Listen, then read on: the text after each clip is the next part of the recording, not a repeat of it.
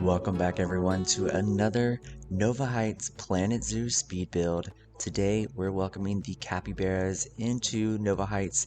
We have a new section. It is our marsh wetland section full of wetland animals that you would see all over the world, inspired by the recent release of the Wetlands Pack for Planet Zoo.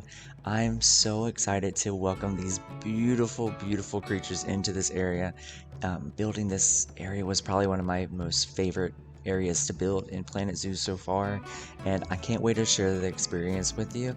These beautiful rodents are magnificent, they're adorable, and Planet Zoo did a really wonderful job at creating just a realistic animal for this game. I'm so impressed, I'm so excited, and I hope you're excited too. I can't wait to show it. So if you're ready, let's get speed building.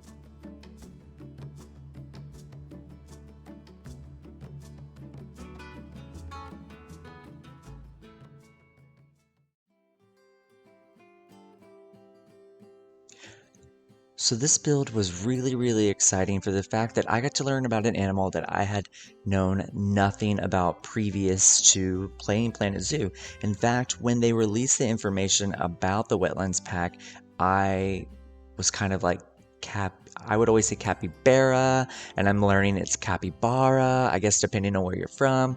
I did not realize that they were a rodent, which is really cool. They're the largest rodent in the rodent family, which I thought was really interesting, and just a bunch of other pretty cool things. You know, they are from South America, South and Central America, really cool animals. So I have a new love for them, and I hope by the end of this speed build, you also have a love for these animals.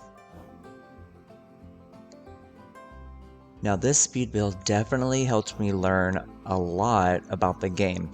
In general, it was about using different pieces to create the illusion of, like for example, a running river. I've seen some creators do it in the past, I wanted to give it a shot, and the pieces available in the game are very valuable. So what we're using is the bottom of a waterfall. I believe this is just a splash section, and we are laying it out so that way it looks like water is running over these rocks. We're going to add some foliage in there to give it the example of like a little wetlands marsh area. But overall, the effect was to create this waterfall, flowing river that's going to flow through our entire wetlands area. So guests will be able to go to different sections of the wetlands area. They'll be able to follow the river and see different animals that would usually inhabit these waterways throughout the world.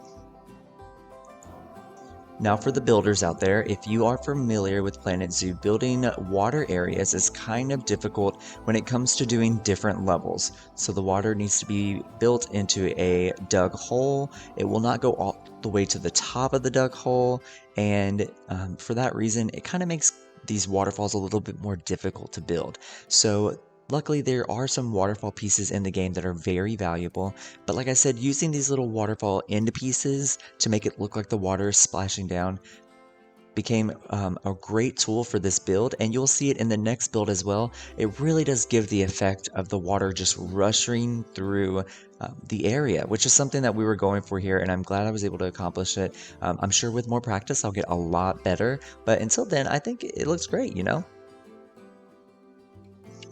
As always, if you have any special waterfall building techniques that you would like to share, drop them in the comments below. I would love to learn about it. Always, you know, sharing is caring here in the Planet Zoo community.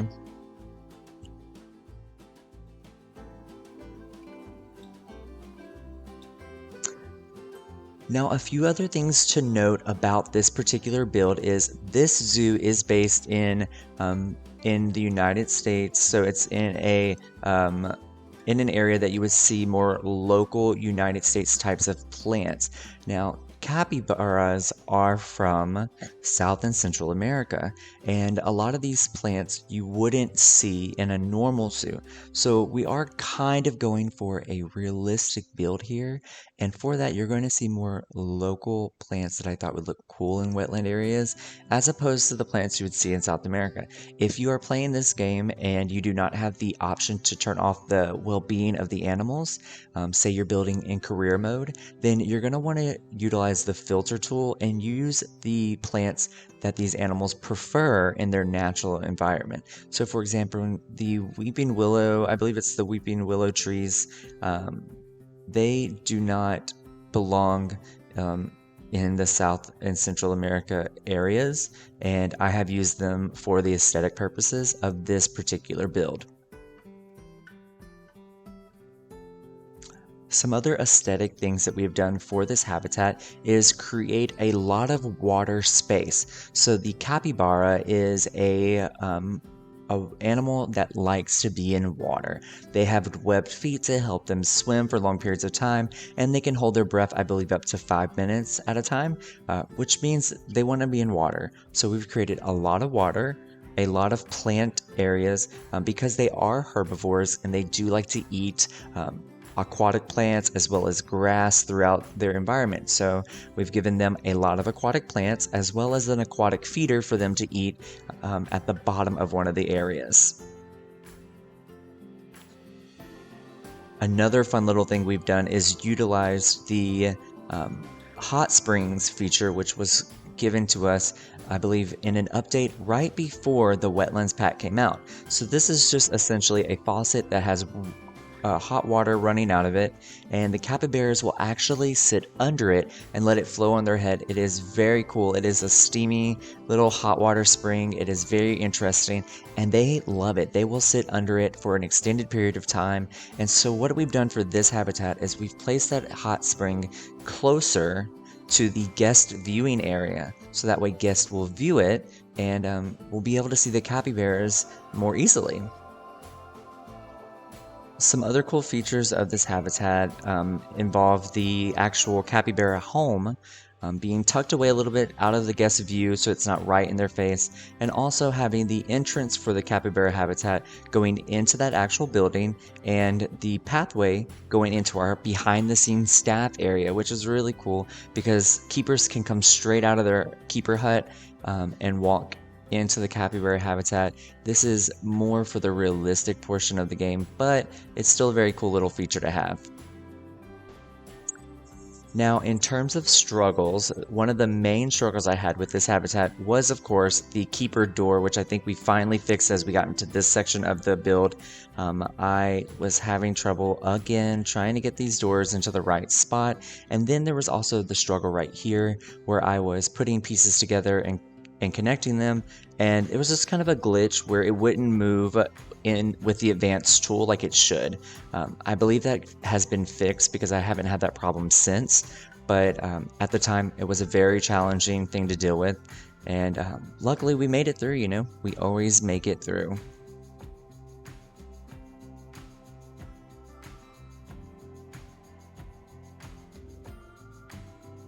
Now, a little bit more about the amazing capybaras. They are on the least concerned list for the IUCN status, which is really good. They are from South and Central America, and they usually live in groups of about 10 to 20 animals. Now, for the sake of the zoo, we have not put 10 to 20 capybaras in one habitat.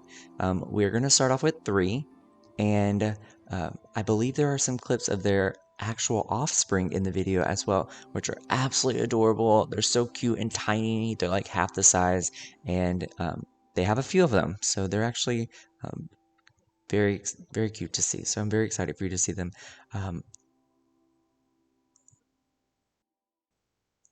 This animal also has a few compatible animals in the game that you could essentially build habitats with. This is very beneficial if you are trying to build in career mode and you need to reach a certain amount of animals to reach the next level. For example, they can be mixed with the tapirs, the capuchin monkeys, I believe it's the Aldabra or the Galapagos tortoise. It's Galapagos giant tortoises, as well as the giant anteaters and the llamas. So that's a lot of animals that could possibly be built into a habitat with them, should you need to build larger habitats and get more animals in your habitats. This works really well for those career modes where you don't have a lot of space. So that's just a really fun feature for you to remember if you are struggling in an area where capybaras are available, as well as one of these animals. Another cool little interesting fact that I found on the fandom page, which you can find at planetzoo.fandom.com/capybara, is there's a picture of these capybaras and guests together without like an enclosure. So that might also be something that you could do if you would like a wetlands walkthrough area. Maybe you could do it with a few animals such as the capybaras, where they could just all kind of walk together, and much like a peacock would in a normal zoo. Now, another cool feature that came with the wetlands pack, it may even came right before during the update, was the ability to have like a mist steam type of thing come off the water.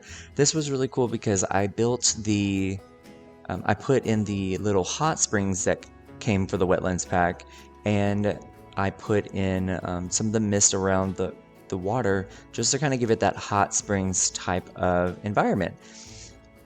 Also, we're going to color the water just a little bit so that way it's a little bit brighter. I will say one thing that I wish Planet Zoo can kind of adapt to would be the terrain feature when you have water. So if you're familiar with Planet Coaster, even if you build a water area, you're still able to modify the terrain so that way you can adjust it while the water is in there. Unfortunately, in Planet Zoo, you have to remove all the water to adjust the terrain. Once the water's gone, you can adjust the terrain very easily. That would be something really cool in the future to see, as I do a lot of modifications, and having to erase the water, modify it, and put the water back in there can be a little challenging sometimes, especially when you modify something just a little bit and it causes the water level to change to where you can't put it back where it was. So anyways, just something that I would like fixed in the future to make it just a little easier. I guess maybe I was just spoiled with Planet Coaster, so that would help me out a lot. A few other important things that we utilized for this speed build were some important websites that actually have information on the capybaras. We went to the Santa Barbara Zoo website as well as the Audubon Nature Institute website. They have really great information about the capybaras that I think you would enjoy. I will make sure to link them down below if you would like to see them. They're absolutely great. Conservation for these animals is very important. One thing that we do need to remember is that even though they are not on the endangered species list now, that can change very quickly. They are currently being hunted for their fur, their skin, and their meat, which can cause their population to decline. If we don't regulate that and be careful with what we consume, then of course their status can easily change. So something for us to be aware of, especially in the future, right?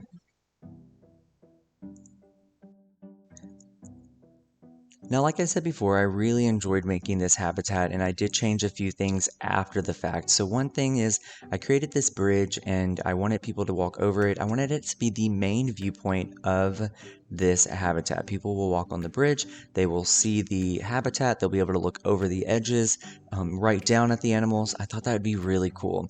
Now, I did build one railing on both sides, and I thought this is great. But as you'll see later on in the video, I've changed this completely.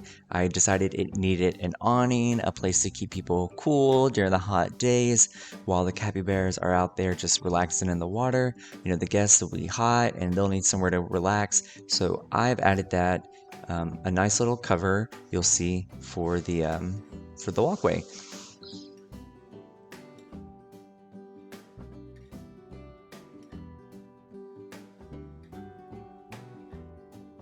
So, as usual, I have issues with the keeper gate.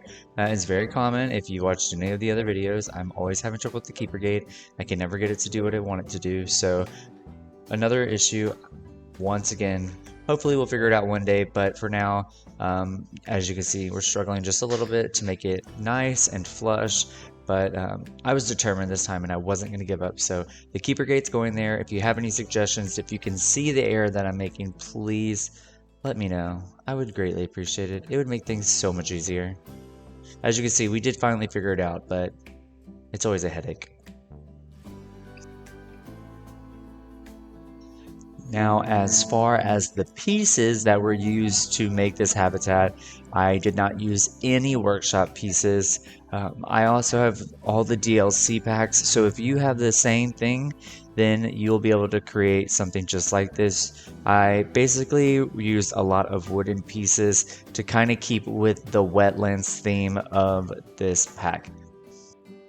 Now, in keeping with the wetlands theme of this pack, I actually have a lot of inspiration for this one with Savannah, Georgia, and my hometown in Louisiana, both having a lot of wetland areas. So if you are trying to create like a wetland area, depending on where you're trying to do it, if you're trying to do it in like the south of the United States, it is basically water and greenery. Water and greenery. That's the main idea with it. So if that's what you're looking to do, just remember plants and water all over the place. Super easy. So that is going to be the idea going forward. We are going to use a lot of greenery and a lot of plants for this entire section. Maybe I will be so tired of plants afterwards. Maybe we'll do something deserty later. But for now, the wetlands area. Right now, I have at least 3 animals for sure. I do want to put some exhibits up, and then maybe we can expand it. And maybe let's try to get maybe like a good 5 main animals in here. Maybe a restaurant and some exhibits, just so it's a complete section and not just kind of like a splat down in the middle area, you know? So any tips, any ideas, any suggestions, greatly appreciate it. Leave in the comments below. Now we are getting close to the end of the speed build. I'm going to let you enjoy the remainder of it as we build our bridge for our lovely guest. I do hope you enjoyed our Capybara speed build, and if you did, please make sure to like this video, follow, subscribe. I'd greatly appreciate it. Stay tuned for some more awesome Planet Zoo wetland stuff, and also we have some Planet Coaster stuff coming as well, so you know, stay tuned to the channel, and I hope you enjoy the remainder of this beautiful capybara habitat. Let me know if you've built a capybara habitat, and if you have, you know, share the link to your video in the comments below, or you can send it to us on Twitter, you know, whatever works best for you. I would love to see it. But until next time, enjoy the remainder of this video, and go out and do something great for the earth, and let's talk about it. You know, have a great day. You're wonderful. I hope your day is beautiful. Bye bye.